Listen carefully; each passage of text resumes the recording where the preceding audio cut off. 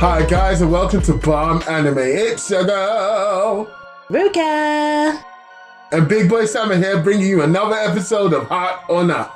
Welcome to this episode of Hot or Not, where we judge anime based on only its first episode. Today, BNA, Brand New Animal, is in the hot seat and we're going to judge the hell out of it. We'll then be back for a part 2 to see if our Hot or Not verdict holds up.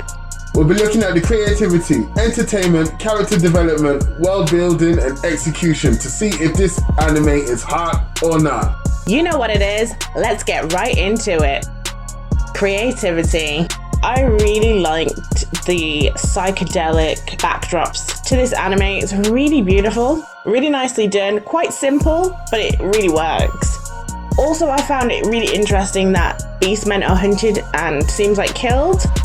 And it just made me feel like it's a really great world for deviants who want to act out fantasies without repercussions. So people who like that kind of thing, people who want to know what it's like to take another life. It's the perfect melting pot for people like that to come out. In terms of creativity, there was so much here that could be picked out. Like, let's even take the opening song. I thought that the backdrop to that was perfect, because they already told you that this is going to be a little bit dark, a little bit gritty, but very inviting. This is the kind of anime that is all about the story and not necessarily heavy on the graphics, because as you said earlier on, it's a bit simple, but it was so effective in conveying what was happening during this little tale. The backdrops were simple. I didn't say the whole animation was simple.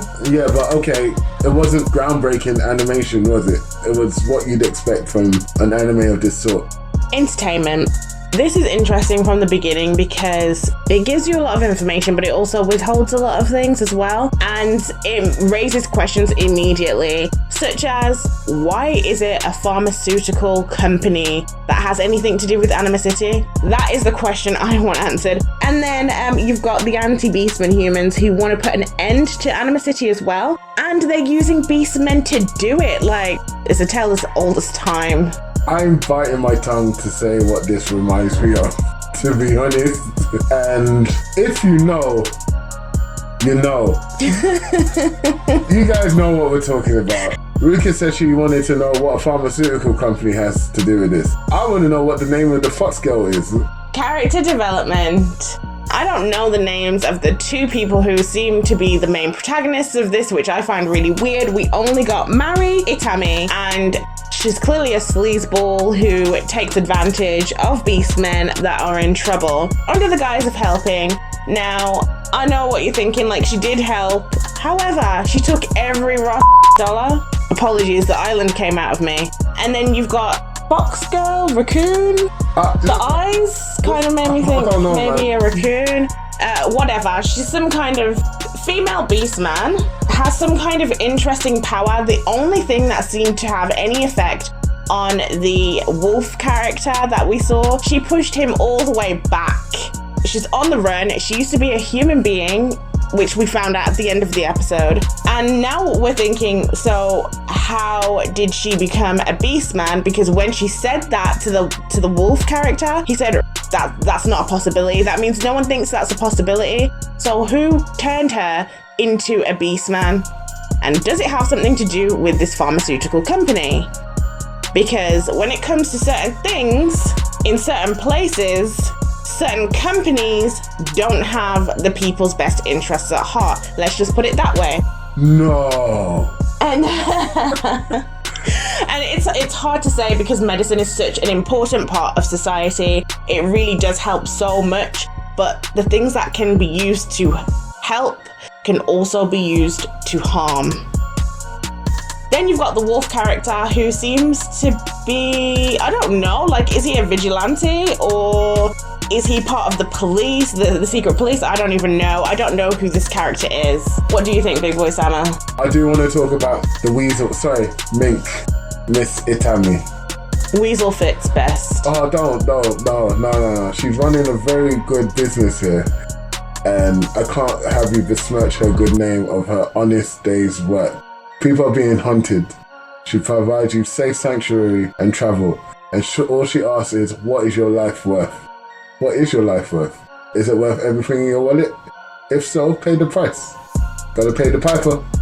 Okay, and then where are these people going? Because it's a new city. How are they gonna get food and board? She came back because the girl had one drink to take the rest. There's no good name to besmirch. Well, she's overzealous, yeah, I'll give her that. And she could be a little bit nicer, but she got people there safe, I have to admit.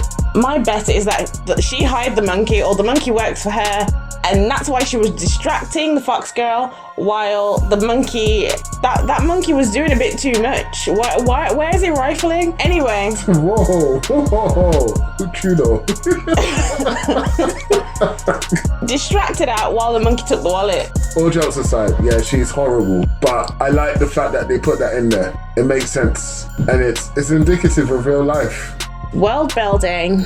So with this, you know, you see a lot of hatred and speciesism. I don't know, like racism, but for species? I don't know what ism you want to add to this. And then you've also got segregation. Even with the segregation, the humans are still unhappy with this. And it just makes me think, why don't they just leave them alone?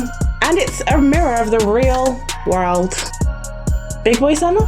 Apartheid, transatlantic slavery, the Holocaust.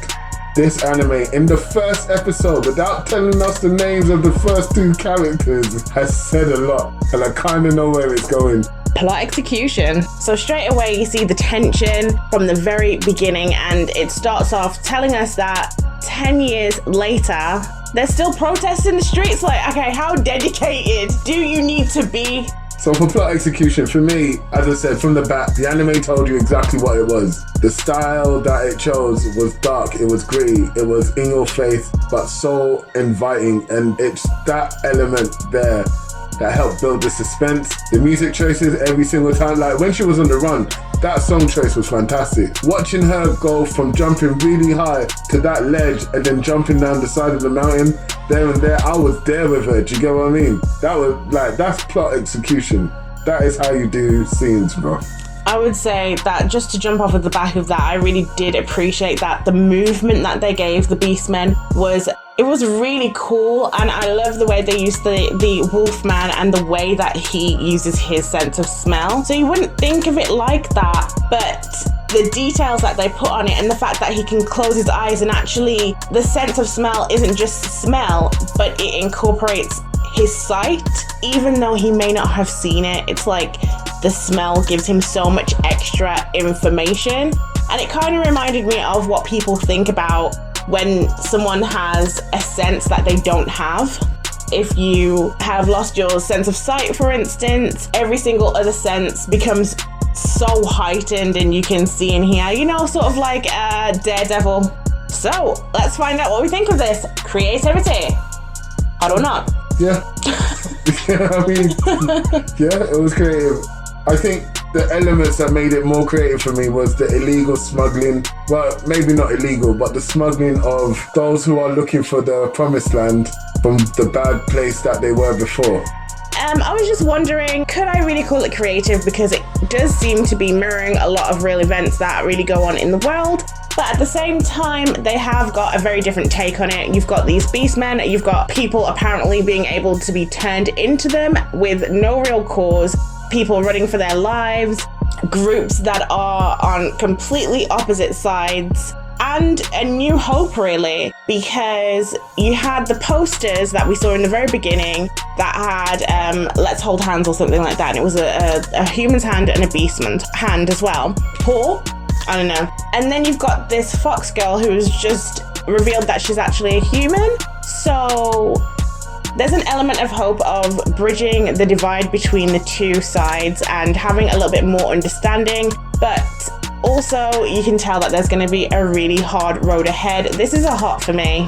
Entertainment. So, as I said earlier, does it make me want to keep watching? The answer is yes. But what really made me want to keep watching was the moral dichotomy between I am human, I'm against humans, but we both love beastmen, argue it out. It was really good watching their interaction between the wolf guy and the fox girl. I really like that, so it's definitely hot for me.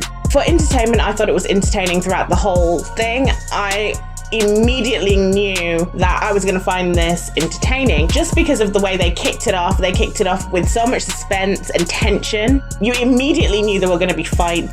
So this one's a hot. Character development. They made me like characters I still don't know much about. I mean, even Mari Itami, yeah, she's despicable, but I felt a connection with her.